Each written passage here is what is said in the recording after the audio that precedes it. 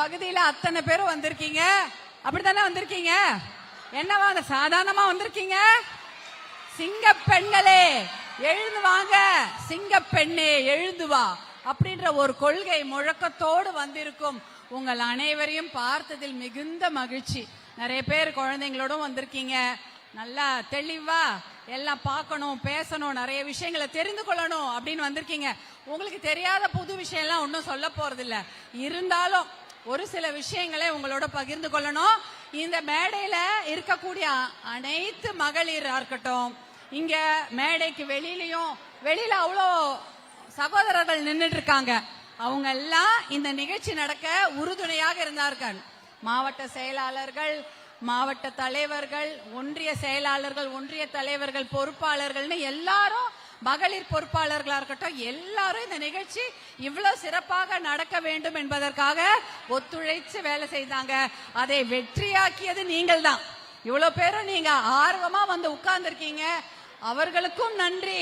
நீங்க இவ்வளவு ஆசையா வந்து உட்கார்ந்துருக்க என்னுடைய அன்பு சகோதரிகள், என் தங்கச்சிங்களுக்கும் எங்க அக்காங்களுக்கும் இன்னும் மிகப்பெரிய நன்றியை நான் தெரிவித்துக் கொள்கின்றேன்.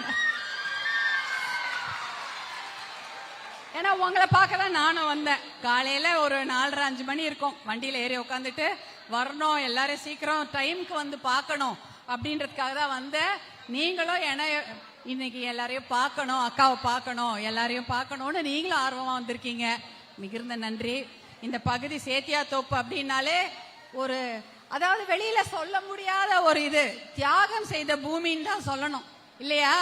ஏன்னா என்எல்சிக்காக அதிக நிலங்களை இங்கதான் கொடுத்தாங்க. அதானே, என்எல்சிக்காக அதிக நிலங்களை கொடுத்து தியாகம் செய்த பூமி தான் இந்த பகுதி. இந்த பகுதி புவனகிரி மாவட்ட, புவனகிரியை பொறுத்த வரைக்கும் கடலூர் மாவட்டத்துல தியாகம் செய்தவர்கள் தான் சொல்லணும். ஏன்னா யாராவது வீட்டை விட்டு கொடுப்பாங்களா? உங்க நிலத்தை விட்டு கொடுப்பாங்களா? யாராவது இல்ல எங்க ஊர்ல இருந்து நாங்க சாமி கும்பிட்ட குலதெய்வம் கோவில், நான் பிறந்து வளர்ந்த அப்பா வீடு, எங்களுடைய நிலம் எல்லாத்தையும் இந்த நாட்டுக்காக தியாகம் செய்த ஊர் கடலூர் மாவட்டம் புவனகிரி. இந்த பகுதியில அவ்வளோ நிலத்தை கொடுத்துட்டு இன்னைக்கு இங்க மலர்ந்த முகத்தோட உட்கார்ந்து இருக்கீங்க. அங்க நமக்கு என்எல்சி கொடுத்தது எதுக்கு? நாட்டுக்கு கரண்ட் வேணும், கரண்ட் வேணும்ன்றதுக்காக தான் கேட்டாங்க. அவங்களுக்கு கொடுத்துட்டு அங்க வேலை கூட கிடையாது. யாருக்கா வேலை இருக்கா? கிடையவே கிடையாது. உங்க எல்லாருக்கும் தெரியும், ஏதாவது வேலை கொடுக்கறேன்னு சொல்லிருப்பாங்க, ஆனா வேலையே கொடுக்கல. டெம்பரரி வேலை கூட கிடையாது. பெரிய பெரிய வீடு இருக்கும், பங்களா வீடு, அதுல முழுக்க வெளிநா மாநிலத்துல இருந்து வந்து வேலை செஞ்சுட்டு இருப்பாங்க. நம்ம ஆளுங்க அங்க போய் பெருக்கிறது, துடைக்கிறது, கல்லு வச்சு ஏதாவது கட்டுறது, இதுக்குதான் உபயோகப்படுத்தி இருக்கிறாங்க. தமிழர்களை இந்த வேலைக்கு தான் கூட்டிட்டு போறாங்க என்எல்சியில. என்எல்சியில கம்மாபுரம் ஒன்றியத்துல இருந்து வந்திருக்கீங்களா? கம்மாபுரம் அந்த பக்கம் நின்று இருக்கீங்க. கம்மாபுரம் ஒன்றியத்துல இருந்து நீங்க வந்திருக்கீங்க. உங்களுக்கு அங்க கடந்த வருடம் நடந்த போராட்டம் ஞாபகம் இருக்கா? உங்களுக்காக அங்க போராட்டம் நடந்து எத்தனை கேஸ் வாங்கினாங்க எல்லாருக்கும் தெரியும். கறி வெட்டி, அப்புறம் வந்து கட்டாழை, அந்த ஊர் தானே, அந்த 2 ஊர்ல இருந்தும் நிலம் எடுக்க துணிஞ்சிட்டாங்க. பச்சை பசேல்னு வயல் வெளி, அங்க அப்படியே பயிர் பண்ணிட்டு இருக்காங்க. அந்த இடத்துல நடுவுல டிராக்டர் போக வேண்டிய இடத்துல ஜேசிபி போய் அந்த பல்ல நோண்டி எடுத்துட்டு இருந்தது. அத பார்த்துட்டு இத பெரிய பிரச்சனை ஆகுதுன்னு சொல்லிட்டு யாருக்குமே அது தெரியாது. உங்க ஊர்க்காரங்களுக்கே அன்னைக்கு காலையில் தான் தெரியும். அங்க சென்னையில மருத்துவர் அன்புமணி, உங்களுடைய அண்ணன் தான் என்ன பண்ணாரு, இங்க இருக்கிற மாவட்ட செயலாளர்கள் 4 பேருக்கும் போன் பண்ணி சொல்றாரு, இங்க நிலம் எடுக்க போறாங்க, நீங்க போய் தடுத்து நிறுத்துங்கன்னு. இங்க இருக்கிற கடலூர் மாவட்டத்துல 4 பாட்டாளி மக்கள் கட்சியின் மாவட்ட செயலாளர்கள் எல்லாரும் நேரா போய் கலெக்டரை போய் பாக்குறாங்க. பார்த்து அதை நிறுத்த சொல்றாங்க. அப்பயும் நிறுத்தல. உடனே மிகப்பெரிய கடையடைப்பு போராட்டத்தை ஒரே நாள் அறிவிக்கிறாங்க. அன்னைக்கு அந்த ஒரே நாள் அந்த பகுதி முழுக்கும் கடையடைப்பு செஞ்சாங்க. வணிகர்கள், வியாபாரிகள், அங்க இருக்கிற அத்தனை பொதுமக்களும் கடையடைப்பு செஞ்சாங்க ஒரே நாள். அது மிகப்பெரிய வெற்றியை பெற்றது. அதனால அந்த அந்த நிலம் எடுக்கிறது நின்னுச்சு. உங்க எல்லாருக்கும் தெரியும், அந்த விஷயம் நடந்தப்புறம் மிகப்பெரிய ஒரு போராட்டத்தை நெய்வேலி லிக்னைட் கார்பரேஷனுக்கு எதிராக அங்க செய்தார்கள். அங்க வஜ்ரா வாகனத்தை எதிர்த்து நம்ம மக்கள்லாம் அடிபட்டாங்க. எல்லாரையும் கொண்டு போய் கேஸ்ல வச்சாங்க. எப்படியோ மாவட்ட செயலாளர்கள் எங்க செல்வ மகேஷ், முத்துகிருஷ்ணன், ரவிச்சந்திரன், அப்புறம் கார்த்தி, இவங்க பேர்ல குறைஞ்சது 50 கேஸ். யாருக்காக? உங்களுக்காக. உங்க மேல ஒரு கேஸ் கிடையாது, ஆனா அவங்க மேல என்எல்சிக்கு எதிராக மட்டும் குறைஞ்சது 50 கேஸ். அவங்க பாஸ்போர்ட்ல இருந்து எதுவும் கிடையாது, ஏன்னா அவங்களால வெளில கூட போக முடியாது. 50 கேஸ வச்சுட்டு இன்னும் வாதாடிட்டு இருக்காங்க. 70 கேஸ் கூட இருக்கு ஒரு சிலர் மேல. அன்புமணி அண்ணன் அவர் மேலயும் கேஸ் இருக்கு. இதெல்லாம் யாருக்காக செய்தது? நம் மக்கள் கஷ்டப்படக்கூடாதுன்னு தான். ஏன்னா பெண்களாகிய உங்க எல்லாருக்கும் தெரியும் கஷ்டம் என்னன்னா, ஒரு வீட்டை விட்டு துரத்துறாங்கன்றது எவ்வளவு பெரிய விஷயம். இதே போல இன்னொன்னு நடக்க இருந்தது உங்களுக்கு. நீங்க தூங்கின்னு இருக்கும் போது தான் இடத்த புடுங்குவாங்க. இதேதான் ஒரு கொஞ்ச நாள் முன்னாடி என்ன பண்ணாங்க, மூன்றாவது சுரங்கம். ஏற்கனவே 2 சுரங்கம். ஒரு சுரங்கத்திலேயே இவங்க நிறைய பழுப்பு நிலக்கரியை வெட்டி எடுத்து அதை எரிச்சு ஊர் ஃபுல்லா மாசு பண்ணிட்டாங்களா? என்ன கறி, அந்த நச்சு காத்த தானே சுவாசிக்கிறது, நச்சு தண்ணியை தானே குடிக்கிறது. நச்சு நிலமும் நச்சு தன்மையா மாறிடுச்சு. விவசாயமும் பண்ண முடியாது. அப்படிதான் இந்த நிலம் நெய்வேலி லிக்னைட் கார்பரேஷன் என்எல்சி இந்த ஊரையே வாழ முடியாத ஒரு மாவட்டமாக மாற்றி விட்டது. அதானே நம்ம குழந்தைங்களுக்கு நுரையீரல் பிரச்சனை, நமக்கு இருதய பிரச்சனை போன்ற எத்தனையோ பிரச்சனைகள், கண் பார்வை கோளாறு, புற்றுநோய், 7 விதமான புற்றுநோய் வருதான் இந்த காற்றை சுவாசிப்பதனால். ஏன்னா என்எல்சி விடக்கூடிய அந்த நச்சு காற்றை சுவாசிப்பதால் 7 விதமான புற்றுநோய், கேன்சரை பத்தி எல்லாருக்கும் தெரியும். வந்தா எவ்வளவு பெரிய பிரச்சனை. எல்லாருக்கும் வயசு வித்தியாசம் பார்க்காம பெரியவங்கல இருந்து சின்னவங்க வரைக்கும் 7 விதமான புற்றுநோய், கண் பார்வை கோளாறு, மலட்டுத்தன்மை. ஆம்பளைங்களுக்கும் வருது, பொம்பளைங்களுக்கும் வருது மலட்டுத்தன்மை. குழந்தைங்க பிறக்கிறதுலாம் பெரிய கஷ்டமாயிடுது இப்ப. அப்புறம் நுரையீரல் பாதிப்பு, மூச்சு திணறல், எல்லா நோய்களும் இந்த என்எல்சியால தான் வந்தது. இதற்காக மிகப்பெரிய போராட்டம். இதுக்கு மேல 3வது சுரங்கத்துக்காக 4 ஊர்ல ஏலம் எடுத்திருக்கிறாங்க. 4 ஊரு. அது கூட கடந்த வருடம் நடந்தது. எந்தெந்த ஊரு? வீராணம், மைக்கேல்பட்டி, அதுக்கப்புறம் பாளையங்கோட்டை, அப்புறம் அரியலூர். இந்த ஏரியாலலாம் இந்த 4 ஊரு ஏலம் விட்டுருக்காங்க. யாருக்குமே தெரியாது. இந்த 4 ஊர்ல நேரம் வந்திருக்கீங்களா? மைக்கேல்பட்டியில இருந்து வந்திருக்கீங்களாமா? மைக்கேல்பட்டி, அதுக்கப்புறம் இந்த வீராணம், இந்த பகுதியில இருந்துலாம் அதை கை தூக்குறாங்க ஒரு அம்மா. அந்த பகுதியில நைட்டோட நைட்டா உங்க ஊரை ஏல விடத்துக்கு இருந்திருக்கிறாங்க. யாருக்குமே தெரியாது. அப்ப இந்த விஷயம் டெல்லியில நடக்குது. ஏல நோட்டீஸ் போட்டுட்டாங்க இந்த 4 ஊர் மேலையும். எதற்காக? 3வது நிலக்கரி சுரங்கத்தை எடுப்பதற்காக. இதுல எவ்வளவு லட்சம் ஏக்கர் போகும் தெரியுங்களா? 1 லட்சம் ஏக்கர் நிலத்தை அவங்க என்எல்சி எடுத்துக்குவாங்க. அப்ப அந்த 1 லட்சம் ஏக்கர் நிலத்தை வைத்திருக்கக்கூடிய விவசாயம் வீடெல்லாம் விட்டுட்டு நடுராத்திரி ஏதாவது வண்டியில கொண்டு போய் ஏத்தி ஏதாவது ஊருக்கு அமிச்சிடுவாங்க. அதாவது 1 லட்சம் ஏக்கர் விவசாய நிலங்களை 3 போகம் விளையும் பூமிய ஏலம் விடுறாங்க. எதுக்காக? நிலக்கரி சுரங்கம், நிலக்கரியை வெட்டி எடுக்கிறதுக்காக. அப்ப இந்த விஷயம் சென்னையிலயும் தெரியல, தமிழ்நாட்டுல யாருக்குமே தெரியல. மருத்துவர் அன்புமணி அவர்களுக்கு மட்டும்தான் தெரியுது. அதற்காக பாராளுமன்றத்துல பேசி அந்த விஷயத்தை வெளியில கொண்டு வரார். அப்ப சென்னையில சொல்றாங்க இந்த மாதிரி 4 ஊரை ஏலம் எடுக்க போறாங்க இந்த புவனகிரி கடலூர் மாவட்டத்துல அப்படின்னு சொல்லும் பொழுது அங்க சட்டமன்றத்துல எல்லாம் கேலி பேசுறாங்க. இதே மாதிரிதான் சொல்லுவார் அன்புமணி, அதெல்லாம் யாரும் எடுக்க போறது இல்ல, அந்த மாதிரி ஒரு விஷயமே நடக்கலன்னு போய் சொல்றாங்க. அப்புறம் ஆதாரத்தோட ஏல நோட்டீஸ் தெரியும்லமா, பேப்பர்ல வரும். ஏல நோட்டீஸ் எல்லாம் அதெல்லாம் எடுத்துன்னு போய் காமிச்சு, இத பாருங்க ஆதாரத்தோட சொல்றோம், கடலூர் மாவட்டத்தில் இருக்கிற இந்த 4 ஊரையும் ஏலம் விடுறதுக்கு டெல்லியில இருந்து போட்டாங்க. இங்க இவங்க சும்மா இருக்காங்கன்னு சொன்னப்புறம் தான் ஐயோ எங்களுக்கு யாருமே சொல்லவே இல்லையே, அதிகாரிகள் கூட எங்களுக்கு சொல்லல அப்படின்னு சொல்லிட்டு அதை அப்புறம் தடுத்து நிறுத்துறாங்க. என்னது இது இன்னும் நடக்குதுன்னு கூடவா உங்களுக்கு எல்லாம் தெரியாது? இத இரவோடு இரவாக இந்த 4 ஊரையும் காலி பண்ணிட்டு அந்த ஊர் மக்களை எல்லாம் கொண்டு போய் ஏதாவது ஒரு வண்டியில ஏத்தி பக்கத்துல எங்கன்னா தள்ளிட்டு வந்துருவாங்க. அதுக்கப்புறம் அவங்களுக்கு பட்டா கிடையாது, வீடு கிடையாது, வேலை கிடையாது, சோறு கிடையாது, விவசாயம் கிடையாது, தண்ணி கிடையாது, எதுவுமே கொடுக்க மாட்டாங்க. அவங்களெல்லாம் நம்ம ஊர்லயே அகதிகளாங்க வச்சிருப்பாங்க. அகதிகள்னா என்ன? உங்களோட ஊரு, நாடு, உடைமை, சொத்து, சுகம் எல்லாத்தையும் இழந்துட்டு குழந்தை குட்டிங்களோட ராவோட ராவா உங்களை ஏதாவது ஒரு ஊர்ல போய் தள்ளுறாங்களே, அதுதான் அகதிக.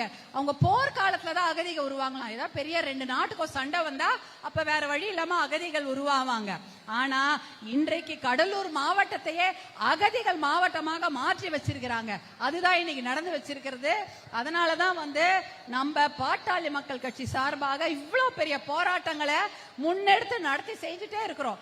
1 லட்சம் இல்ல, ஒரே ஒரு ஏக்கர் நிலத்தை கூட அவங்களால கை வைக்க முடியாது. 1 ஏக்கர் நிலத்தை கூட அவர்கள் கை வைத்து எடுக்க முடியாது. இன்னைக்கு அதை தடுத்து வச்சிருக்கிறோம். இல்லனா என்னைக்கோ உங்க நிலத்தெல்லாம் புடிங்க அனுப்பிட்டு இருப்பாங்க. அதனாலதான் மருத்துவர் அன்புமணியா இருக்கட்டும், இந்த சகோதர சகோதரிகளா இருக்கட்டும், எல்லாரும் உங்களுக்காக போராட்டம் பண்ணி சண்டை போட்டு கேஸ் வாங்கிட்டு இங்க உட்கார்ந்து இருக்காங்க. நான் ஒண்ணு கேக்குறேன், இப்ப உங்க எல்லாருக்கும் கஷ்டம்னு தெரியுது. இதே மாதிரிதான் மதுரை அரிட்டாப்பட்டின்னு ஒரு ஊரு. அங்க டங்ஸ்டன் ஒரு சுரங்கம் இருக்குது. அதை எடுக்கணும்னு வரும்பொழுது நம்முடைய மாண்புமிகு முதல்வர் அவர்கள் பயங்கரமா அதுக்காக கோவப்படுறாரு. எப்படி நீங்க அரிட்டாப்பட்டியில டங்ஸ்டன் சுரங்கத்தை எடுப்பீங்க, அதற்கு நான் அனுமதிக்கவே மாட்டேன்னு சொல்லி மிகவும் உணர்ச்சி வசப்பட்டு அந்த டங்ஸ்டன் சுரங்கம் வருவதை மதுரை அரிட்டாப்பட்டியில தடுத்து நிறுத்துறாரு. அதே போல திருவாரூர்ல இதே மாதிரி ஒரு நிலக்கரி சுரங்கம் எடுக்கிறதுக்காக நோட்டீஸ் வரும்பொழுது அப்பயும் கொதிச்சு போறாரு. அவரால் தாங்க முடியல, இல்ல இதை நான் எடுக்க அனுமதிக்கவே மாட்டேன் அப்படின்னு சொல்லிட்டு அதற்கும் தடுத்து நிறுத்துறாரு. இத்தனை தாயுள்ளத்தோடு கருணையுள்ளத்தோடு மதுரை அரிட்டாப்பட்டிக்காகவும் திருவாரூர் நிலக்கரி சுரங்கத்துக்காகவும் குரல் கொடுத்த நீங்கள் எங்க கடலூர் மாவட்டத்தை பார்த்தோம் கொஞ்சம் குரல் கொடுங்கன்னு தான் கேட்கிறோம். நாங்க கடலூர் மாவட்ட மக்களும் மக்கள் தானே, அவங்களுக்காகவும் நீங்க குரல் கொடுக்கலாமே, ஏன் மௌனமாக இருக்கிறீர்கள்? கண்டிப்பாக நீங்க அவங்களுக்காகவும் குரல் கொடுங்க. ஏன்னா இவங்களை ஓட்டு போடுற ஜனங்களா பார்க்காதீங்க, சோறு போடுற ஜனங்களாவது பார்த்து அப்படின்னு நினைச்சுக்கிட்டாவது அந்த கடலூர் மாவட்ட மக்களுக்காக குரல் கொடுங்கள், மௌனமா இருக்காதீங்க. ஏன்னா இந்த என்எல்சி இன்னைக்கு என்ன பண்ணிட்டாங்க, யாருக்கும் தெரியாம காசு அப்ரூவ் பண்ணி என்எல்சி போர்ட்ல 3வது நிலக்கரி சுரங்கம் எடுக்க அனுமதி பெற்று இருக்கிறாங்க. என்எல்சி போர்ட்ல வச்சு அனுமதி பெற்று காசு அதுக்கு ஒதுக்கி இருக்காங்க. என்னைக்கா ஒரு நாள் உங்க நிலத்தெல்லாம் எடுக்கிறதுக்கு அவங்க தயாராயிட்டாங்க. ஆனா அதற்கு தமிழக அரசாங்கம் மௌனமா இருந்தா பத்தாது, கண்டிப்பாக குரல் கொடுத்து இந்த விவசாயிகளை காப்பாற்ற வேண்டும். அது நாங்க எப்பயும் உங்களோட இருக்கிறோம். அன்புமணி அவர்கள் கண்டிப்பாக அவங்க பின்னாடி இருக்கிறாரு. ஒரு புடி மண்ணை கூட எடுக்க முடியாது, ஒரு புடி நிலத்தை கூட அங்கிருந்து அவங்களால எடுக்க முடியாது. எப்படி அப்ப ஒரு பெரிய போராட்டத்தை பண்ணி தடுத்து நிறுத்தணுமோ இன்றைக்கும் அந்த போராட்டத்திற்கு பாட்டாளி மக்கள் கட்சியும் மருத்துவர் அன்புமணி அவர்களும் நானும் உங்களோட தயாராக இருக்கின்றேன். கண்டிப்பாக ஒரு பிடி மண்ணை கூட எடுக்கவே முடியாது. அதே போல இவ்வளவு என்எல்சி பத்தி இவ்வளவு நேரம் பேசிட்டோம். உங்க எல்லாருக்கும் தெரியும், அவங்க நம்மளுக்கு 18,000 மெகாவாட் தான் தேவையாம் மின்சாரம். ஆனா எவ்வளவு நம்ம தமிழ்நாடு உற்பத்தி பண்ணுது தெரியுமா? 36,000 மெகாவாட் மின்சாரம் உற்பத்தி பண்ணுது. என்எல்சி வெறும் 2,200 மெகாவாட் தான் உற்பத்தி பண்ணுது. அதுலயே 600 மெகாவாட் தமிழ்நாட்டு கொடுத்துட்டு மிச்சம் வெளி மாநிலத்துக்கு கொடுத்துறாங்க. இதுக்கு எதுக்கு என்எல்சி? இவங்க ஏன் நமக்கு தேவை? அவங்கள முதல்ல வீட்டுக்கு அனுப்பணும், தேவையே கிடையாது. அவங்க இந்த ஊருக்கு முதல்ல அனுப்பி விட்டுறணும். வேலையும் கொடுக்க மாட்டீங்க, எங்க இடத்தையும் எடுத்துக்கிட்டீங்க, கரண்ட் யாருக்கோ விக்கிறதுக்கு நாங்க ஏன் எங்க இடத்த கொடுக்கணும்? எதுக்கு நம்ம இடத்த அவங்களுக்கு கொடுக்கணும்? கொடுக்கவே கூடாது. அதனால இத தெளிவா இருங்க. ஏமாத்தி வருவாங்க, ஓட்டு கேட்கறதுக்கு வருவாங்க, அப்ப நல்லா சொல்லி அனுப்புங்க. ஓகேவா? புரிஞ்சுதா? ஓட்டு எப்படி கேட்க வருவாங்க? 1000 ரூபாய் கொடுத்துட்டு உரிமை தொகை, உரிமை தொகை. இது உங்க உரிமையா? எங்க உரிமை எங்க நிலம், எங்க உரிமை என் வீடு, என் உரிமை என் குழந்தைங்களுக்கு படிப்பு, என்னுடைய உரிமை மகளிருடைய உரிமை, நல்ல ஒரு தன்மானம் இல்ல வாழ்வு. யார்கிட்டயும் போய் பிச்சை எடுக்க கூடாது. 1000 ரூபாய் பிச்சை போடுறீங்களா? போட்டுட்டு ஓட்டு வாங்குறதுக்கு வரீங்களா? என்னது இது? அந்த 1000 ரூபாவை எங்க வீட்டுல இருக்குது எங்க அண்ணன் என்ன இருக்கமா, அந்த 1000 ரூபாய் எப்படி வந்தது சொல்லுங்க? நம்ம வீட்டுல இருந்து டாஸ்மாக்ல கொண்டு போய் கொடுத்துருப்பாங்க பாருங்க. அப்பா, அண்ணன், கூட பிறந்த தம்பி, பிள்ளைங்க எல்லாம் டாஸ்மாக்ல கொடுத்த 1000 ரூபாய் தான் உங்க வீட்டுக்கு பேங்குக்கா வருது. அதுவா வேணும்? அதுவா நம்ம உரிமை? அதுவா உரிமை தொகை? அசிங்கம். அதுவே வேணாம். எங்களுக்கு எங்க இடத்த கொடு, நாங்க நிம்மதியாக வாழ, சுய மரியாதையுடன் வாழ எங்க இடம் தான் எங்களுக்கு வேணுமே தவிர அந்த 1000 ரூபான்றது என்ன? அதை கொடுத்து ஓட்டு வாங்குறதுக்கு இன்னும் கூட போடுவாங்க பாருங்க. இப்ப எலெக்ஷன் வேற வருது இன்னும் 3-4 மாசத்துல. உரிமை தொகை எவ்வளவு பெரிய உரிமை தொகையா, 1000 ரூபான்றது எவ்வளவு தூரம் பெருசாகுதுன்னு தெரிய போறது இல்ல. இன்னும் அதிகமா கூட போடுவாங்க. அதுவும் நம்ம மக்கள் தான் 70,000 கோடி குடிக்கிறாங்களே. எப்படிதான் 70,000 கோடி நம்ம வீட்டுக்கு வர வேண்டிய காசு மொத்தம் டாஸ்மாக்ல தான் இருக்குது. 70,000 கோடி குடிக்கிறாங்களாம். நம்ம கிட்ட ஒரு 1000 ரூபாய் இருந்தா நல்லா இருக்கும், இல்ல ஒரு 10 லட்சம் ரூபாய் இருந்தா நல்லா இருக்கும்னு நினைக்கிறோம். 70,000 கோடி ரூபாவை நம்ம ஆண் மக்கள் போய் டாஸ்மாக்ல கொடுத்துட்டு வராங்க. அது நம்ம காசு தானே? யார் காசு? உங்க காசு தானே, உங்க வீட்டுல இருக்க வேண்டிய காசு தானே. அது இருந்தா கழுத்துல நல்லா பல கோல்டு செயின் போட்டுக்கலாம், ஒரு 10 புடவை வாங்கி பட்டு புடவை வாங்கி கட்டிக்கலாம், எல்லாம் வெளியூருக்கு போலாம். எல்லாத்தையும் கொண்டு போய் டாஸ்மாக்ல வச்சிடறாங்க. அதுதான் இங்க நடக்குது. யார் கேட்டாங்க டாஸ்மாக்க? கேட்டோமா சாராய கடைய? கேட்கவே இல்ல. கேட்காத டாஸ்மாக் எல்லாம் கொடுக்கறது. அதுக்கு மேல ஒரு பெரிய அதுல என்னன்னா, அந்த ஏடிஎம்ல போனா என்ன, நம்பர் போட்டா காசு வருமா? நம்பர் அழுத்துவீங்க, அதுல இருந்து ஒரு 500 1000 எடுத்துக்குவோம். அதான ஏடிஎம். ஆனா அந்த மாதிரி ஏடிஎம் மிஷின்ல இதை போடுவாங்களாம். அந்த மாதிரி ஒரு மிஷின்ல காசு போட்டா குவார்டர் கொடுப்பாங்களாம். அந்த மாதிரி திட்டத்தை கொண்டு வந்தாங்க. அதெல்லாம் போராடி தடுத்து நிறுத்தணும். அவ்வளவுதான்.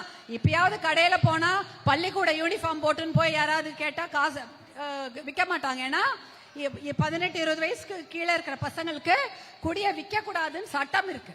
ஆனா ஸ்கூல் பசங்க போய் எப்படிதான் வாங்குறாங்கன்னு தெரியல. போன வாரம் கூட பார்த்தோம், 9வது படிக்கிற பொம்பளை பசங்க கையில எப்படிதான் டாஸ்மாக் சரக்கு கட்சிது தெரியல. ஒயின் ஷாப்ல போய் எப்படி வாங்கினாங்கன்னு தெரியல. யூனிஃபார்ம் போட்டுக்கிறாங்க.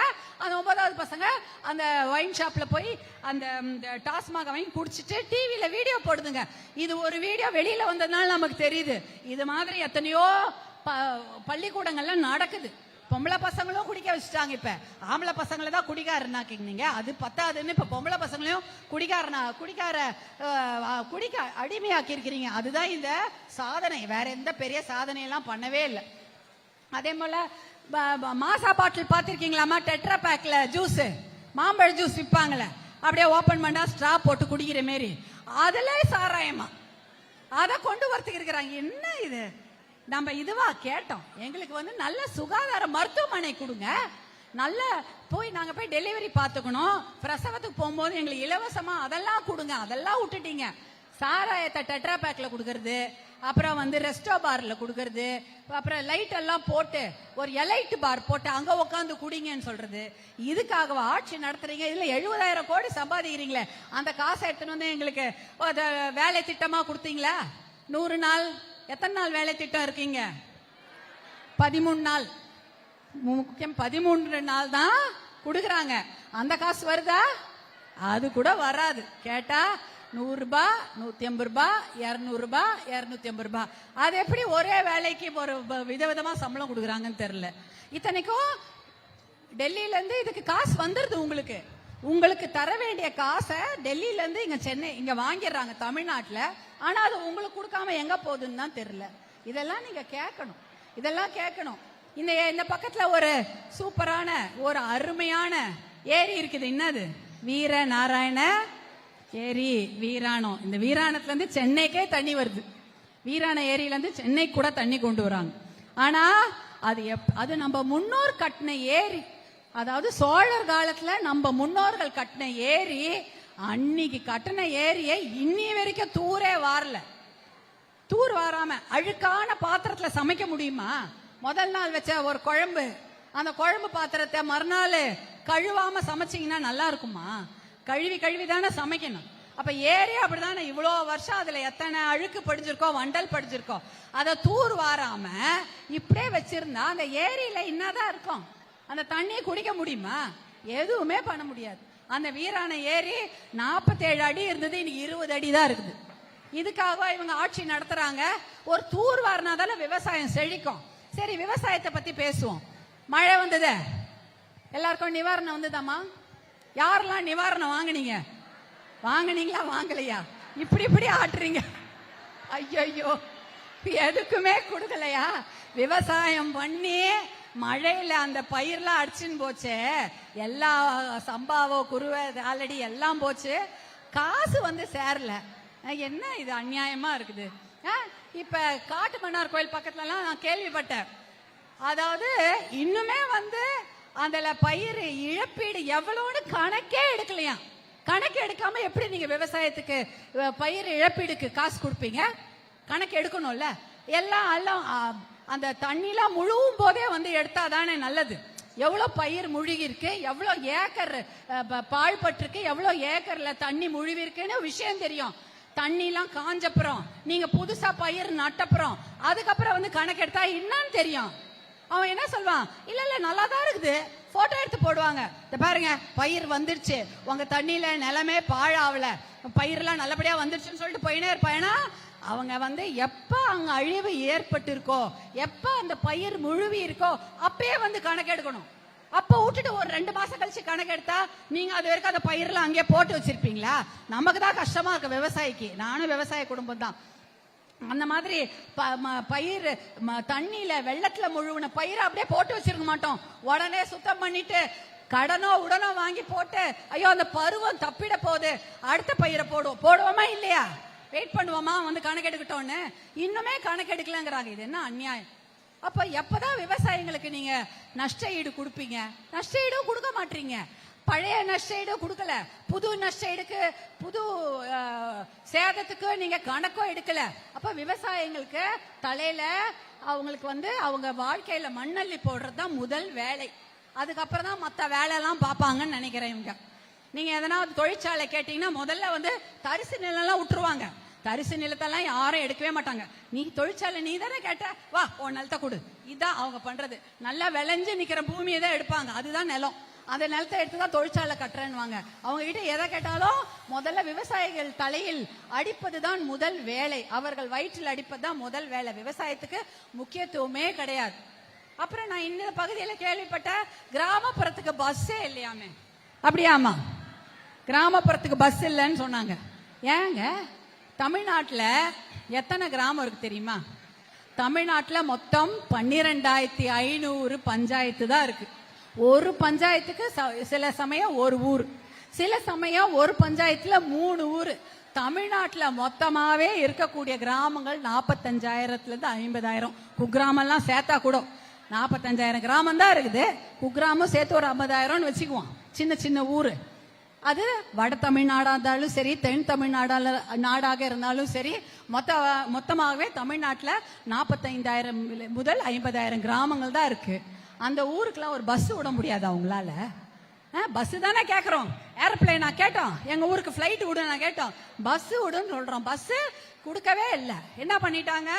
தமிழ்நாட்டில் மொத்தமாவே 20,000 பஸ் தான் ஓடுது. அது தெரியுமா? தமிழ்நாட்டில் மொத்தம் 20,500 அரசு பேருந்துகள் தான் ஓடுது. அதுல 3,000 பாயிண்ட் டு பாயிண்ட் பஸ். அதாவது சென்னையில ஆரம்பிச்சா கடலூர்ல நிக்கும், வழியில எந்த கிராமத்துக்கும் போகாது. மிச்சம் 3,000 சென்னையில ஓடுது. அந்த பஸ் எல்லாம் கிராமத்துக்கு வராது. இன்னொரு 3,000 ஸ்பேர் பஸ், ஷெட்யூல் பஸ். அதாவது அட்டவணை போட்டு ஓட்டாத ஸ்பேர் பஸ், ஏதாவது ஒன்று ரிப்பேர் ஆனா போடுது. அப்ப 9,000 பஸ் இதுலயே போயிடுது. அப்ப மிச்சம் இருக்கிற ஒரு 11,000 பஸ் தான் கிராமத்துக்கு வந்து போகுது. அந்த பஸ்ஸோட நிலைமைலாம் எப்படி இருக்கும்? தினம் டயர் கைண்டு ஓடும், இல்ல வழியில பிரேக் டவுன். ஒரு நாளைக்கு ஒரு பஸ்ஸாவது தமிழ்நாட்டில் நிக்காம போறது கிடையாது. இப்ப கூட ஒரு வாரம் முன்னாடி திட்டக்குடி அருகே வந்து ஒரு பெரிய அரசு பேருந்தோட டயர் வெடிச்சு செதறி எதிர்க்க வந்த 2 கார்ல மோதி 9 பேர் இறந்துட்டாங்க. இது அரசு பேருந்து அந்த நிலைமையில லட்சணத்துல இருக்கு. எப்படின்னா ஒரு பேருந்துனா 5 வருஷம் தான் ஓடணும், இல்ல ஏன்னா லட்சக்கணக்கான கிலோமீட்டர் ஓடிடும், பழசாயிடும். இவங்க என்ன பண்றாங்க? 5 வருஷம்ன்றத 3 வருஷம் எக்ஸ்ட்ரா ஏத்துறாங்க, 8 வருஷம். இப்ப 10 வருஷம் பேருந்துலாம் ஓடுது. அதை பராமரிக்கிறதுக்கு ஆளே கிடையாது. ஒரே கண்டக்டர், ஒரு டிரைவர். அதுல சைட்ல இருக்கிற மேல ஒரு கண்ணாடி இருக்கும், வண்டி ஓட்டும் போது கண்ணாடி இருக்கும். இந்த பக்கவாட்டுல இன்னொரு கண்ணாடி, சைடு மிரர். அதெல்லாம் உடஞ்சிட்டா ரிப்பேர்லாம் பண்ணவே மாட்டாங்க. காலங்காலமா அதை ரிப்பேர் பண்றது அந்த டிரைவரும் அந்த கண்டக்டர் தான், இல்ல அந்த இன்ஜினியர் பரிதாபப்பட்டு போட்டாதான் உண்டு. அவங்க சொந்த காசை போட்டுதாமா பண்றாங்க. ஏன்னா அந்த டிரைவர்லாம் ஏன் தெரியுமா, அந்த டிரைவர் கண்டக்டர் அவங்க போறாங்க, அவங்க இவ்வளோ பேர் ஏத்தின்னு போறோமே, ஏதாவது ஆயிடுச்சுன்னா பயணிகள் செத்துருவாங்க, அவங்க உயிருக்கும் ஆபத்து, அவங்க குடும்பமும் நடுத்தருக்கு வந்துருமேனு பயத்துல எல்லாரும் இந்த சைடு மிரர்லாம் அவங்க சொந்த காசுல கை காசு போட்டுதான் அந்த ஓட்டுநரும் நடத்துனரும் போட்டிருக்காங்க. அதுக்கு மெயின்டெனன்ஸ்க்கு ஆளே கிடையாது. ஆனா பாத்தீங்கன்னா 100 பஸ் 300 பஸ் புதுசாக நாங்க வாங்கி விட்டோன்னு மிகப்பெரிய விழா நடத்துவாங்க. அப்படியே அன்னைக்கு அந்த பஸ்ஸை பார்த்தீங்கன்னா பூசரெல்லாம் தொங்க விட்டு அமைச்சர்கள் வந்து அதுக்கு சூடெல்லாம் காமிச்சு என்னமோ பண்ணுவாங்க. பயங்கர விமரிசையா அந்த பஸ்ஸை துவக்கி வைப்பாங்க. புது பஸ் வெறும் 200-300 பஸ் தான். ஆனா ஒரு வாரம் 1 மாசம் 2 மாசம் கழிச்சு போய் அந்த பஸ்ஸை பாருங்க, அது புதுசா பழசான்னு உங்களுக்கே தெரியாது. அதை மெயின்டைன் பண்றதுக்கு ஆள் போட மாட்டாங்க.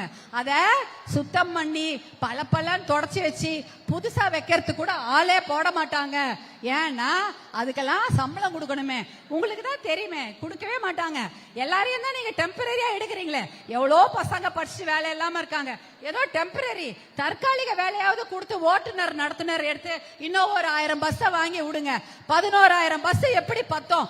45,000 கிராமத்துக்கு. அதுவும் அந்த பஸ் எப்படி விடுவீங்க? காலையில ஒரே பஸ் போகும், அந்த பஸ் திருப்பி வந்துடும். சாயங்காலம் பஸ்ஸே விட மாட்டீங்க. வேலைக்கு போறவன் என்ன பண்ணுவான்? காலையில அந்த பஸ்ஸை ஏறி டவுனுக்கு வந்துட்டு ராத்திரி வரைக்கும் அங்கேயே தங்கிட்டு மறுநாள் காலையில பஸ்ஸை பிடிச்சி போவாங்க. இன்னொரு பஸ் விட்டா தானே போக முடியும். சாயங்காலம் அந்த பஸ் திருப்பி போகணும்ல, ஒரு ஷிஃப்ட் தான் ஓட்டுவாங்க. அப்ப சாயங்காலம் வீட்டுக்கு எப்படி போவாங்க? பள்ளிக்கூடத்துக்கு போற குழந்தைகளோ கல்லூரிக்கு போற பெண்களோ காலையில பஸ் எடுத்து போயிட்டு படிச்சுட்டு திருப்பி எப்படி வருவாங்க? வேற வழியே கிடையாது. வேற தனியார் கல்லூரி வாகனமோ தனியார் பள்ளி வாகனத்துல தான் வரணும். நல்ல வேலை தனியார் பள்ளி கல்லூரிகள்ல எல்லா ஊருக்கும் பஸ் விடுறாங்க, இல்லைன்னா படிப்பு தடைப்பட்டிருக்கும். தனியார் பள்ளி கல்லூரியிலாம் ஸ்கூல் பஸ் காலேஜ் பஸ் விடுறாங்க இல்லையா, மகளிர் கல்லூரியிலாம். அதனாலதான் நீங்க எல்லாம் தைரியமா போயிட்டு வரீங்க. அதுக்கு 15,000 செலவாகும். ஆகுமா ஆகாத? வருஷத்துக்கு மாசத்துக்கு ஒரு 1000 ரூபாய் 1500 ரூபாவது வாங்குவாங்க. வாங்கி உங்களுக்கு 15,000 வருஷத்துக்கு வச்சாதான் அந்த பள்ளி கல்லூரி வாகனத்துல போக முடியும், படிக்க முடியும். அரசு எதுக்காக ஏங்குறீங்க? அப்ப நீங்க பேருந்து கூட அனுப்பல, மக்கள் போய் வரணும். பூ வியாபாரி, பால் வியாபாரி, இவங்க எல்லாம் தினம் போய் வரணும்ல. போயிட்டு 2 நாள் கழிச்சா வீட்டுக்கு வருவாங்க. அதுக்கெல்லாம் கிடையாது. அப்போ இந்த பேருந்து பயணம் எப்படி இருக்கும்? ஒரே பயணம் தான். நைட் எப்படி வரும்னே தெரியாது. பாதுகாப்பு கிடைக்குமா? பெண்களுக்கு என்ன பாதுகாப்பு? ஒரு பாதுகாப்பு கிடையாது. ஏற்கனவே சந்துக்கு சத கடை, சாராய கடை திறந்து விட்டீங்க. அப்புறம் கேட்டா போதை, ஸ்கூல்லயும் போதை, கஞ்சா, அப்புறம் வந்து என்னென்னமோ சாக்லேட் அப்படின்னு எல்லாம் விக்குது. ஸ்கூல்ல விக்குது, காலேஜ்ல விக்குது, காலேஜ் பக்கத்துல விக்குது, வீட்டு பக்கத்துல விக்குது, எங்க பார்த்தாலும் எல்லாம் கிடைக்குது. நீங்க போய் காலடி எடுத்து வச்சோடனே இந்த பக்கம் ஒரு ஒயின் ஷாப், அந்த பக்கம் சந்தில ஏதாவது ஒரு சந்து கடை, இத போதை பழக்கம், இத்தனையும் இருந்தா நம்மளுடைய பாதுகாப்பு எவ்வளவு பெரிய கேள்விக்குறியாவது. எல்லா ஊர்லயும் குழந்தைங்களை கற்பழிச்சு போடுறாங்க. இப்ப பாத்தீங்கன்னா இந்த போதை பழக்கத்துல அந்த பசங்களுக்கு என்ன நடக்குதுன்னே தெரியல. சண்டை போட்டாங்கன்னா அவங்கள பெட்ரோல் ஊற்றி எரித்து கொள்ற சம்பவம்லாம் நடக்குது. நேத்து திருமால்பூர் ஒரு ஊர்ல சொல்றாங்க, கிரிக்கெட் பிரச்சனை, கிரிக்கெட் விளையாடும் போது ஏற்பட்ட பிரச்சனை இல்ல, 2 பசங்களை கூட இருந்த பசங்களே பெட்ரோல் ஊத்தி கொண்டு இருக்காங்க. போதையில அவங்களுக்கு என்ன பண்றோன்னே தெரியல. அவ்வளோ கோவம், அவ்வளோ ஆத்திரம், எதை கண்ணை மறைக்குது, எது நல்லது கெட்டதுன்னு தெரியாம அந்த மாதிரி பண்ணிருக்காங்க. அதே போல போதை பழக்கத்தால ஏதாவது ஒரு பொண்ணு தனியா வந்தா அந்த பொண்ணை கூட்டிட்டு போய் 3-4 பேர் அதை போய் பலாத்காரம் பண்றது என்ன அநியாயம். நம்ம ஊர்ல தான் சாமிக்கு அத்தனை அம்மன் கோயில் கட்டி வச்சிருக்கோம், ஆனா இன்னைக்கு எந்த பெண்களுக்குமே பாதுகாப்பு இல்லை. இதுதான் இன்றைக்கு நடந்து கொண்டிருக்கிறது. பெண்கள் பாதுகாப்பு தமிழ்நாட்டில் என்பது 0 தான், கிடையவே கிடையாது. இதுக்கு போக்சோ சட்டம் என்னென்னமோ இருக்கு, எத்தனையோ கோர்ட் கேஸ் இருக்கு, அதுல ஒரு சிலதுல நல்ல தீர்ப்பு வந்திருக்கு. ஆனா நிறைய இதுல கோர்ட்டே இல்ல. இவ்வளோ வழக்குகள் இருக்கு, இவ்வளோ குழந்தைகள் மேல பாலியல் வன்கொடுமை நடக்குது, பெண்கள் மேல பாலியல் வன்கொடுமை நடக்குது. ஆனா அதை விசாரிக்க நீதிமன்றங்கள் என்பதே கிடையாது. எவ்வளவு இருக்கணுமா? கிட்டத்தட்ட ஒரு 50 நீதிமன்றம் இருக்க வேண்டிய இடத்துல இப்ப 11 நீதிமன்றம் தான் இருக்கு. அப்ப எப்படி இந்த வழக்கெல்லாம் விசாரிப்பாங்க? யார்கிட்ட போய் நம்ம நியாயம் கேட்கறது? யார்கிட்ட போய் நியாயம் கேட்க முடியாது, போலீஸ் கிட்டே கேட்க முடியாது. ஏன்னா போலீஸும் ஸ்டேஷன்லயும் ஆளுங்க கம்மி. அதெல்லாம் எவ்வளோ பெரிய கொடுமைகள் நடந்துகிட்டு இருக்குது. அதனால தான் சொல்றோம், நீங்க ஜாகிரதையா இருக்கணும். தாய்மார்களான நீங்க ஜாகிரதையா இருக்கணும். உங்க வீட்டு பெண் குழந்தைகள், உங்க வீட்டுல இருக்கக்கூடிய பெண்கள் எந்த பிரச்சனை இருந்தாலும் நீங்க தான் அவங்களுக்கு துணை இருக்கணும். வேற யாரும் துணைக்கு வர போறது இல்ல. ஜாகிரதையா இருங்க, நிறைய விஷயத்துல தெளிவா இருங்க. அதாவது போதை பழக்கம், மது பழக்கம் தமிழ்நாட்டுல தலைவிரித்து ஆடுகிறது. அதனால பெண் குழந்தைகளுக்கு பாதிப்பு, ஆண் குழந்தைகளுக்கும் பாதிப்பு. ஏன்னா ஆம்பளை பசங்க அதை குடிச்சு கெட்டு போறாங்க, கஞ்சா பகையில கஞ்சாக்கு அடிமையாய் கெட்டு போறாங்க. அதனால பெண் குழந்தைகளுக்கு ஆபத்து, அதே சமயம் ஆண் குழந்தைகளுக்கும் ஆபத்து வருது. எந்த குழந்தை ஏதாவது சொன்னா தாய்மார்களான நீங்க காது கொடுத்து கேளுங்க. இப்ப தெரியாதவங்க மூலமா எதுவுமே நடக்கல, அந்த ஊர்ல தெரிஞ்சவங்க மூலமா தான் அந்த குழந்தைகளுக்கு பாலியல் வன்கொடுமை. நேத்து ஒரு ஊர்ல பேசிட்டு வந்தோம் தான், நேத்து அங்க அப்பாவே ஒரு பொண்ணைக்கு எடுத்து கர்ப்பிணியாக்கி இருக்கான். இந்த நடக்குமா இந்த அநியாயம் எல்லாம்? கேட்க முடியுதா? அப்படியே கூணி குறுகி போறோம். தமிழ்நாடுன்னு சொல்லிக்கிறதுக்கே ரொம்ப எப்படி எவ்வளவு தலை நிமிர்ந்து சொல்லுவோம். தமிழ்நாடு எப்பேற்பட்ட மாநிலம், பெண்களுக்கு முன்னுரிமை தந்த மாநிலம். ஆனா இன்னைக்கே இந்த கொடுமையெல்லாம், பாலியல் வன்கொடுமையில முதல்ல நிக்கிற மாநிலமா இருக்கு. கேட்கறதுக்கே கஷ்டமா இருக்கு. இதெல்லாம் நீங்க தடுக்கணும்னா தாய்மார்களான நீங்க விழிப்பா இருங்க. உங்க குழந்தைங்களை பாதுகாப்போட நடந்துக்க நீங்க தான் சொல்லி தரணும். பெண் குழந்தைங்களுக்கு எவ்வளவு விழிப்புணர்வா இருக்கணும் நீங்க சொல்லி கொடுக்கணும். பள்ளிக்கூடம் போய் வரும்போதோ, வேலைக்கு போய் வரும்போதோ, கல்லூரிக்கு போய் வரும்போதோ விழிப்புணர்வோட இருங்கன்றத சொல்லி கொடுங்க. வெளியில யார் வீட்டுக்கோ தெரிஞ்சவங்க வீடு, எனக்கு அவ 10 வருஷமா தெரியும், அவங்க சொந்தக்காரங்க வீடு, அப்படி இப்படின்னு யார் வீட்டுக்கோ அனுப்பி அந்த குழந்தைங்களுடைய பாதுகாப்புக்கு குந்தகம் விளைவிக்காம பாத்துக்கோங்க. ஏன்னா அங்கதான் நிறைய கொடுமைகள் நடக்குது. அதனால ரொம்ப ஜாகிரதையா இருங்க. அது ஒரு விஷயம் சொல்லணும். அதே போல இந்த பெண்கள் எல்லாம் இருக்கீங்க, இவ்வளவு குழந்தைகள் இருக்கீங்க, இந்த உங்களுடைய உரிமை என்ன? நீங்கெல்லாம் வெறும் ஓட்டு போடுற இயந்திரங்களா தான் இவங்க வச்சிருக்காங்க. நீங்க வெறும் ஓட்டு போட்டா மட்டும் பட்டாது, நீங்க ஓட்டு வாங்கி ஜெயிக்கிற மகளிராவும் நீங்க இருக்கணும் இல்லையா? நகராட்சி தேர்தல், உள்ளாட்சி தேர்தல் எல்லாத்துலயும் நீங்க நிக்கணும். ஒரு வார்டு மெம்பர் ஆகலாம், ஒரு கவுன்சிலர் ஆகலாம், ஒன்றிய மெம்பர் ஆகலாம், மாவட்டத்துல கவுன்சிலர் ஆகலாம், நகராட்சியா இருந்தா மேயரா கூட ஆகலாம். எல்லாம் ஆகலாமா இல்லையாமா? அழகா சொல்றாங்க, ஆகலாமான்றாங்க. அப்படிதான் இருக்கணும். ஏன்னா ஒரு 50 ஒரு 200 ஓட்டு வாங்கலாம், 500 ஓட்டுன்னு ஒரு கவுன்சிலர் இருக்கு, 5000 ஓட்டு கவுன்சிலர் இருக்கு, 50000 ஓட்டு மெம்பர் இருக்கு. இதெல்லாம் நீங்க ஆகலாம். இதையெல்லாம் நீங்க செய்தீர்கள் என்றால் உங்களுக்கு ஒரு தைரியம் வரும். உங்களுக்குனே தனியாக நீங்க உங்க ஊருக்கு எதனா செய்து கொள்ள வேண்டும் என்றால் செய்து கொள்ளலாம் இல்லையா? உங்க ஊருக்கு ஒரு பாதுகாப்பா வேணும்னா ஒரு லைட் போட்டுக்கலாம் இல்லையாமா, ரோடு போட்டுக்கலாம், எது வேணாலும் செய்யலாம். அதனால எலெக்ஷன் ஒண்ணு வருது, அது தெரியும்ல. எலெக்ஷன்லயும் நீங்க என்ன பண்ணணும், யாரு உங்களுடைய ஹீரோன்னு பாத்துக்கோங்க. உங்களுக்காக அந்த பாப்பா யார் உங்களுடைய ஹீரோனா அன்புமணின்னு சொல்லுது. ரொம்ப நன்றி, என்னுடைய ஹீரோ அன்புமணி தான்.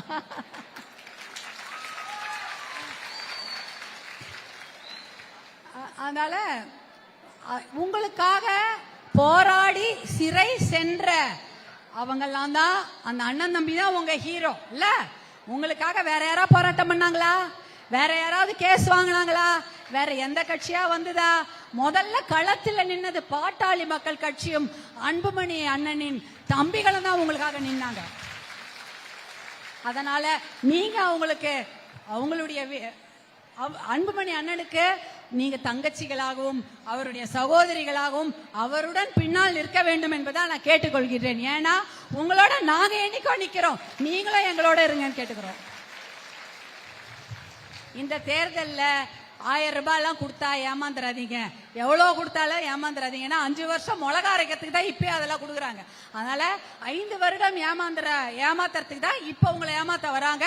பெண்கள் ஓட்டு தான் அவங்க முக்கியமா குறி வைக்கிறாங்க. ஏன்னா பெண்கள் ஐயோ 1000 ரூபாய் கொடுத்துட்டாங்களே, பால் அடிச்சு சத்தியம் வாங்கிட்டாங்களே, பிள்ளைங்க மேல சத்தியம் வாங்கிட்டாங்களே, என்ன பண்ணுது வீட்டுல, நீ வேணா அங்க பாட்டாளி மக்கள் கட்சி அண்ணனுக்கு ஓட்டு போடு அப்படின்னு சொல்லி எத்தனையோ பெண்கள் மனசு மாறிடுறாங்க. அதெல்லாம் மனசு மாறாதீங்க. ஏன்னா ஏமாத்துறதுக்காக செய்யற ஒரு விஷயம், ஆசை காட்டி உங்களை ஏமாற்றி உங்களை வாழ்க்கையை புடுங்கிறதுக்கு தான் இதை செய்யறாங்க. இதுல மது போதை இல்லாத இந்த தமிழகத்தை உருவாக்க வேண்டும். ஒயின் ஷாப் வேணுமா? ஒயின் ஷாப் வேணாம்ல, அது யார் மூடுறேன்னு சொன்னது? மருத்துவர் அன்புமணி தான் ஒயின் ஷாப்பை மூடுறேன்னு சொன்னார். வந்தவனே நான் மூடுறேன்னு சொன்னார். அது மாதிரி இவங்க எல்லாம் மூடுறேன்னு சொல்லுவாங்க, படிப்படியா குறைக்கிறேன்னு எதுவும் பண்ண மாட்டாங்க. சும்மா பொய் தான். ஒயின் ஷாப்போ மதுவோ சாராயமோ போதை பழக்கமோ கஞ்சா பழக்கமோ எல்லாத்தையும் தமிழ்நாட்டை விட்டு அடியோட ஒழிக்க மருத்துவர் அன்புமணி மட்டும்தான் உங்க பக்கமா நிக்கிறார். உங்களுக்காக தான் அவரு நீங்க ஹாஸ்பிட்டல் போகணும் அதெல்லாம் போகணும்னா என்ன பண்ணார்? 108 ஆம்புலன்ஸ் யார் கொடுத்தா? நீங்க கேட்டீங்களா? எனக்கு ஆம்புலன்ஸ் கொடுப்பா, நான் ஆஸ்பத்திரி போகணும், எனக்கு கை கால்லாம் வலிக்குது, இல்லை எனக்கு மூச்சு திணறுது, என் பொண்ணுக்கு பிரசவ வலி, நான் ஆஸ்பத்திரி போனோன்னா நீங்க ஆம்புலன்ஸ் விடுன்னு கேட்டீங்களா? கேட்கவே இல்லை. ஆனால் உங்களுக்காக நீங்க கேட்ட உடனே போன் பண்ண உடனே உங்க அண்ணன் தம்பி ஓடியார மாதிரி அந்த 108 ஆம்புலன்ஸ் தான் உங்களுக்கு வருது, உங்க வீட்டு வாசலுக்கு வருது. அந்த 108 ஆம்புலன்ஸை உங்கள் வீட்டுக்கு என்னுடைய தங்கச்சி என்னுடைய சகோதரிகள் எந்த கஷ்டம் இல்லாம மருத்துவமனைக்கு போகணும்ன்றதுக்காக டெல்லியில இருந்து 1350 வண்டிகள் தமிழ்நாட்டுக்கு கொண்டு வந்து அனுப்பியது மருத்துவர் அன்புமணி அவர்கள் தான், உங்க அண்ணன் தான். இந்தியா முழுக்க 108 ஆம்புலன்ஸ் ஓடுது. தமிழ்நாட்டில் 1350 வண்டிகளை டெல்லியில இருந்து உங்களுக்காக அனுப்பியது மருத்துவர் அன்புமணி அவர்கள் தான். 108 ஆம்புலன்ஸ் என்ற பெயரை போட்டு உங்களுக்காக அனுப்பினார். இவங்களால ஒரு பஸ் கூட விட முடியல கிராமத்துக்கு. உங்களுக்கு ஆம்புலன்ஸ் அவசரத்துக்கு 1000 வண்டி 1350 வண்டி உங்களுக்கு நிக்குது. எது? உங்களுக்காக மருத்துவர் அன்புமணி செய்தது. அதனால் தங்கைகளான நீங்களும் அம்மாவான நீங்களும் அவரை உங்க வீட்டு பையனா நீங்க நினைச்சுக்கணும். உங்க வீட்டு மகனாக நீங்கள் நினைத்து கொண்டு அவருடன் நீங்கள் எல்லாம் அவருடைய சகோதரிகளாக அவருடைய அம்மாவாக நீங்க கூட இருக்க வேண்டும் என்று கேட்டுக்கொள்கிறேன். நானும் உங்கள் வீட்டு மகளாக உங்களோடு தான் இருக்கிறேன். அதனால இந்த விஷயம்லாம் நீங்க மனசுல ஏந்தி கொண்டு எப்பயுமே அன்புமணி அண்ணன் பின்னால் நீங்கள் எல்லாம் இருக்க வேண்டும் என்று உங்களை அன்போடு பாசத்தோடு கேட்டுக்கொண்டு விடைபெறுகிறேன். ஏதாவது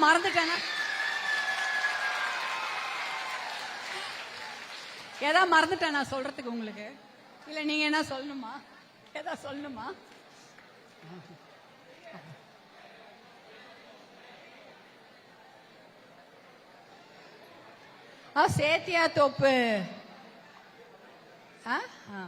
சேத்தியாத்தோப்பு ராஜீவ் காந்தி சிலை அங்க பொது கழிப்பிடம் இல்லைன்னு கேட்டிருக்கீங்க. அதற்கான போராட்டம் தான் நம்ம வாழ்க்கை போல இருக்குல்ல. போராட்டம் தான் வாழ்க்கை. கேட்டாலாம் கொடுக்க மாட்டாங்கன்னு நினைக்கிறேன். போராடி போராடி தான் வாங்கணும் போல இருக்கு. அதுதான் நம்ம வாங்கிட்டு வரோம்னு நினைக்கிறேன். அதனால பரவாயில்ல, போராடுவதற்கு தயாராக தான் இருக்கிறோம். தைரியத்துக்கு குறைச்சலா பெண்களுக்கு? தினம் போராட்டம் தானே வாழ்க்கை. தினம் போராட்டம் தான். நாளைக்கு எப்படி நாளை கடத்துறது, இன்னைக்கு எப்படி நாளை கடத்துறது? we are survivors. மகளிர் தான் போராட்டம். போராட்டம் என்பது நம்மளுடைய தினம் வாழ்க்கை. ஆம்பளைங்கள் கூட அதை மறந்து போய் சாராய கடையில மறந்துடுவாங்க. நம்மளால அதை மறக்க கூட முடியாது. தினம் தினம் போராட்டம். அதெல்லாம் போராட்டம் எப்படி இருந்தாலும் அந்த நம்ம உரிமையை நாம் பெற்றுவிடுவோம். தமிழக மகளிருடைய உரிமையை நாம் என்றைக்கும் பெற்றுவிடுவோம். அதற்கு பாட்டாளி மக்கள் கட்சியும் மருத்துவர் அன்புமணியும் நானும் உங்களோடு என்றுமே உங்கள் வீட்டு பிள்ளைகளாக இருப்போம் என்று கூறிக்கொண்டு விடைபெறுகிறேன். நன்றி, வணக்கம். அடுத்தபடியாக அண்ணியார் அவர்களுக்கு நன்றி. கொடுப்ப ஒரு நிமிஷம் இருங்கம்மா, ஒரு நிமிஷம் இருங்க. புவனகிரி வெள்ளாறு தடுப்பணை அந்த பகுதியில நான் அந்த இடத்துல எல்லாம் போயிட்டு வந்தேன். புவனகிரியில வெள்ளார போய் பார்த்தேன், பரவனாரை பார்த்துட்டு வந்தேன், பெருமாள் ஏரி பார்த்துட்டு வந்தேன். அதுக்கப்புறம் சேத்தியா தோப்புல அந்த கொடவுல அரிசி மூட்டையெல்லாம், ஐயோ அநியாயம். அரிசி மூட்டை 1 லட்சம் அரிசி மூட்டையை குவிச்சு வச்சுட்டு அது அப்படியே இதுவாயிடுச்சு. அதை விற்க கூட இல்லை. அரிசி மூட்டையில இருந்து நாத்தே வெளில வந்துருச்சு. அதை கடைசியில கழுவி ரேஷன் கடையில போட்டு நம்ம கிட்ட தான் கொடுப்பாங்க இல்ல. அந்த கருப்பரிசி அப்படிதான் கொடுத்து விட்டுருவாங்க. அதான் நடந்தது. அந்த விவசாயிகளை பத்தி கவலையே கிடையாதுன்றதா இதுக்கு அது ஒரு உதாரணம். கரும்பு சர்க்கரை ஆலையில அரிசி மூட்டையை போட்டு வச்சிருக்காங்க. அது அப்படியே நாத்து பூத்திருச்சு. நீங்க பாத்தீங்களா? பாத்திருப்பீங்க. நான் பார்த்தேன் போய். சரிம்மா, நன்றி. சாப்பிட்டுட்டு போனோம் எல்லாரும். ஓகேவா? எல்லாருக்கும் உணவு இருக்குது, சாப்பிட்டுட்டு போங்க. நீங்க ஏற வரைக்கும் வண்டி யாரும் எடுக்க மாட்டாங்க. சாவி எல்லாம் எங்க கிட்டதான் இருக்குது. நீங்க ஏற வரைக்கும் வண்டி யாரும் எடுக்க மாட்டாங்க. சாவி எங்க கிட்டதான் இருக்குது. நீங்க சாப்பிட்டுட்டு பொறுமையாக புகைப்படம் எடுத்துட்டு அப்புறமா நீங்க போலாம். நான் இங்க தான் இருப்பேன். சரியாம்மா? நன்றிம்மா. அமைதியா இருங்க. அம்மா கொஞ்சம் அமைதியா இருங்க. பெருமை வாய்ந்த சேத்தியாத்தோப்பு மண்ணு, இந்த மண்ணுக்குன்னு ஒரு பெருமை இருக்கு. அதுவும் பாட்டாளி மக்கள் கட்சியில சிறப்பு வாய்ந்த ஒரு இடத்துக்கு வந்து சேத்தியாத்தோப்பு மண்ணுக்கு இருக்கு. ஒரு சிறப்பான ஒரு கூட்டத்தை நடத்தி இருக்கிற மாவட்ட செயலாளர் அவங்கள ஃப்ரீயா விடுங்க. உள்ளிட்ட பொறுப்பாளர் எல்லாம் எட்ட வாங்கலாம். ஒரு ஆளா எடுத்து